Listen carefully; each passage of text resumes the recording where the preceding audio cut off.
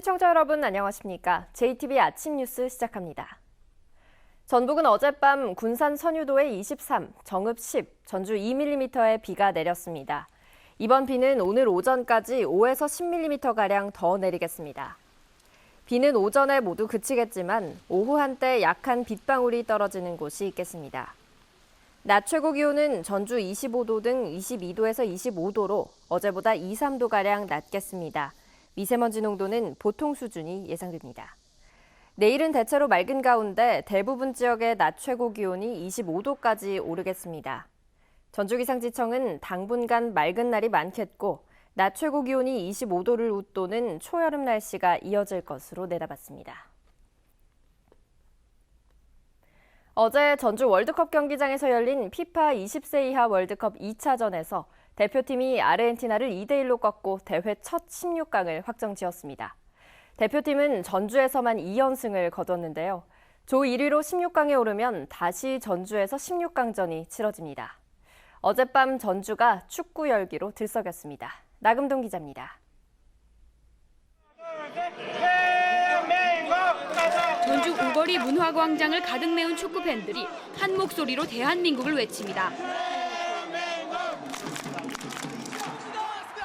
전반 18분 이승우 선수가 환상적인 칩슛으로 아르헨티나의 골문을 열자 시민들은 광장이 떠나갈 듯 환호합니다. 예상도 못했는데 방금 이승우 선수가 갑작스레 골 넣어가지고 너무 기쁘고요. 대한민국 16강 진출하면 좋겠습니다. 대한민국 화이팅! 전반 42분 이번엔 백승호 선수가 상대의 반칙으로 얻은 페널티킥을 추가골로 연결시킵니다. 대표팀은 후반 5분 아르헨티나 토레스 선수에게 골을 허용하며 위기를 맞았습니다.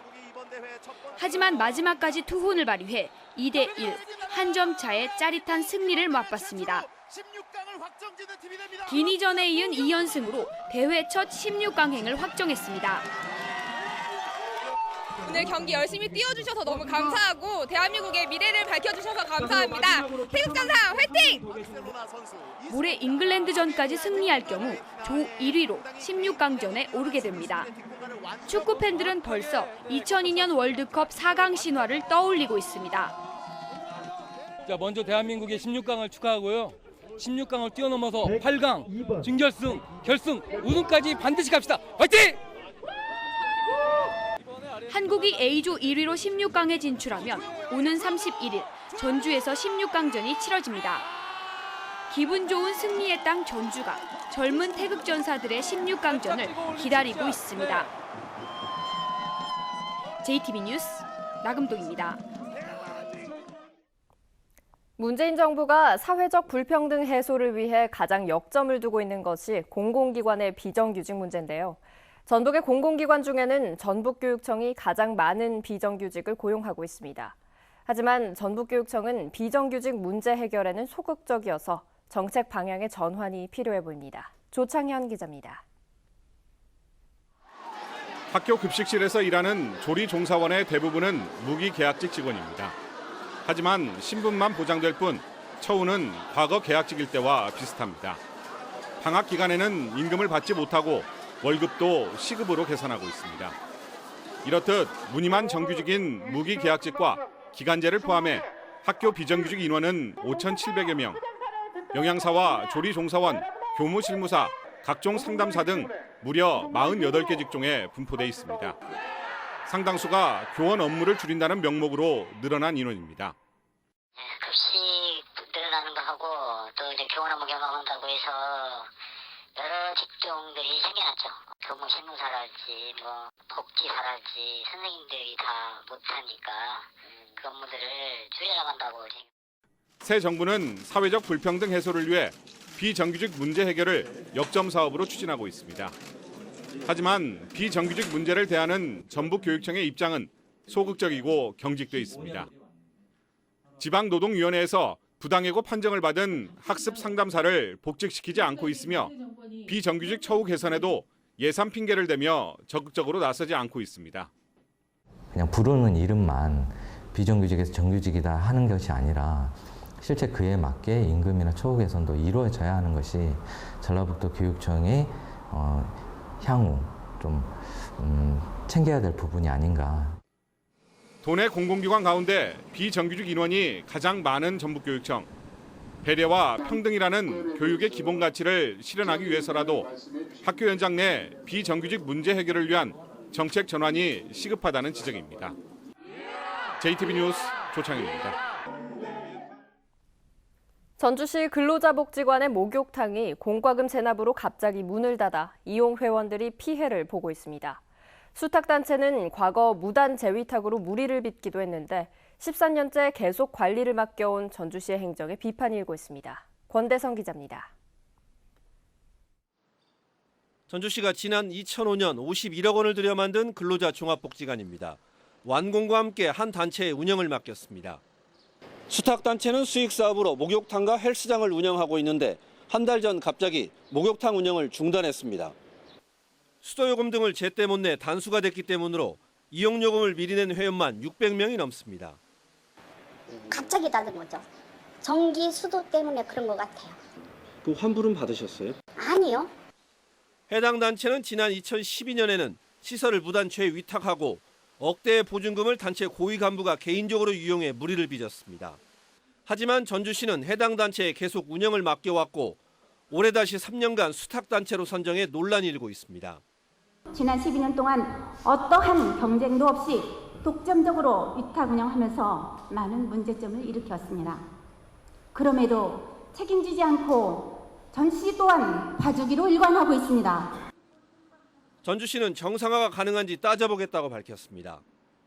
정상화가 어렵다라고 판단됐을 때는 당초대로 해지하는 것도 지금 검토할 계획입니다. 수십억 원을 들여 지은 근로자 복지관이 전주시의 안이한 행정에 제대로 사용되지 못한다는 비판이 커지고 있습니다. JTB 뉴스 권대성입니다.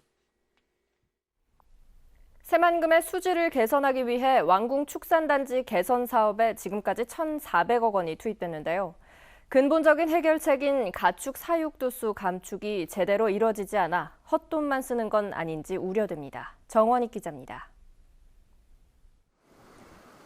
새만금 유역의 주 오염원으로 지목된 주교 저수지입니다.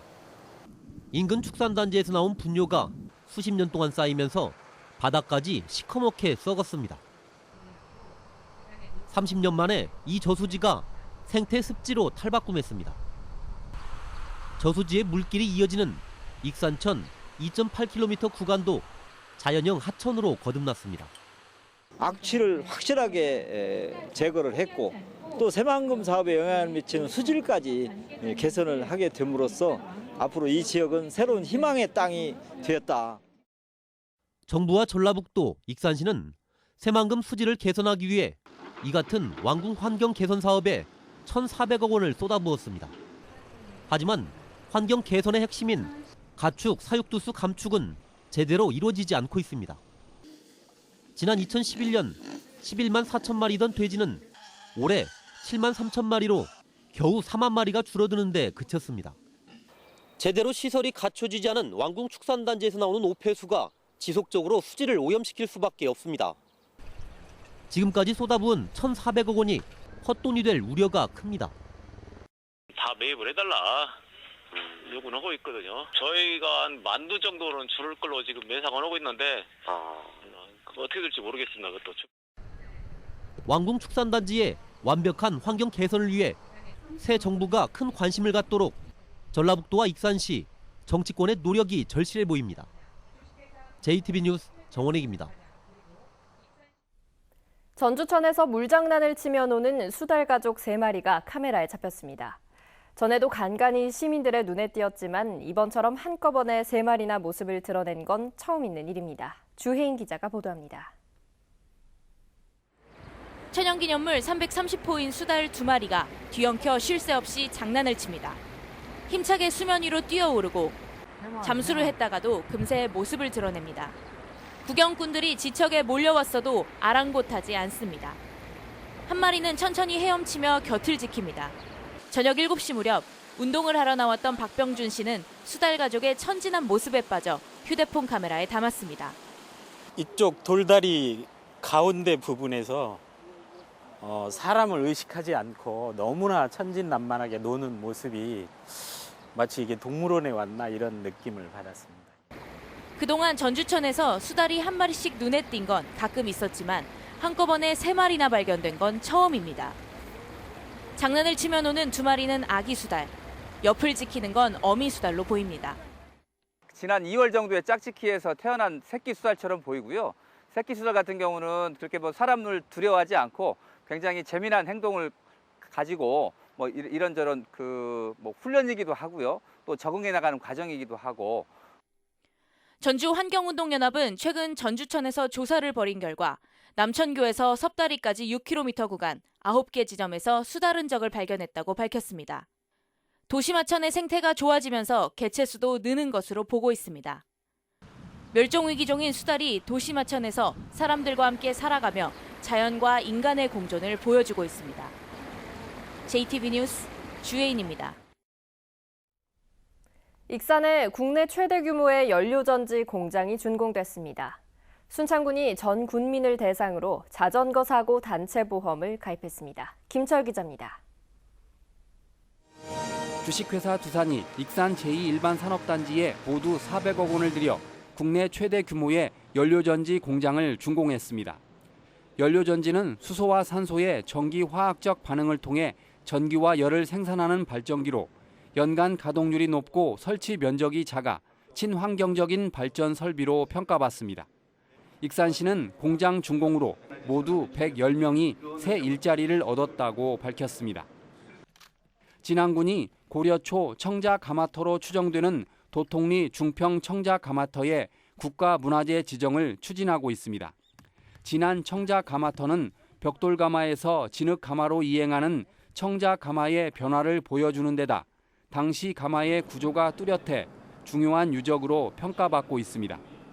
벽돌 진흙 가마에 대한 전면 발굴 조사와 주변 퇴적층에 대한 조사를 진행하여 도통리 청자 가마터의 역사적 가치와 성격에 대한 규명을 지속 연구해 나갈 계획입니다. 남원시 운봉읍 황산정에서 고 이병희 선생의 제막식이 열렸습니다. 남원시는 이병희 선생이 토지를 무상으로 제공한 덕분에 이성계 장군의 황산 대첩을 기리는 궁도장 황산정을 건립할 수 있게 됐다고 설명했습니다. 하원 이병희님께서는 이 황산정 건립을 하시는데 아주 주도적인 역할을 했습니다. 그 양반이 있었기 때문에 이 황산정이 생겼다도 가능합니다. 순창군이 군민 3만 명의 명의로 자전거 사고 단체 보험을 가입했습니다. 이에 따라 순창 군민은 자전거 사고가 발생하면 사망이나 후유 장애 때 최고 500만 원을, 사고 위로금으로 최고 60만 원을, 사고 벌금으로 2천만 원 한도 내에서 보장을 받을 수 있습니다. JTB 뉴스 김철우입니다. 군산시의회 의원들이 군산조선소 폐쇄 등 현안을 외면한 채 해외 연수길에 올라 시민들의 따가운 눈총을 사고 있습니다.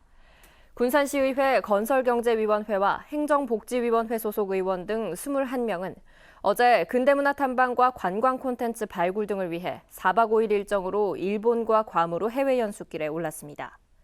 하지만 현대중공업의 군산조선소 폐쇄를 막기 위해 모든 힘을 모아도 부족한 상황에서 시의원들이 해외 연수를 떠나는 것은 지역 현실을 외면한 처사라는 비난이 커지고 있습니다. 박근혜 정부 때 신설된 뒤 큰 성과를 내지 못한 전북 창조경제혁신센터를 광주에 통합하는 방안이 거론돼 전라북도가 반발하고 있습니다. 새 정부는 창조경제혁신센터의 일자리 창출 기능이 크지 않은 것으로 보고 기능을 개편하는 과정에서 광역화하는 방안을 검토하는 것으로 알려졌습니다. 전라북도는 기능 개편을 수긍하지만 전북의 공공기관이 또 광주에 예속화되는 걸 받아들일 수 없다며 국정기획자문위원회에 개선을 요구하기로 했습니다.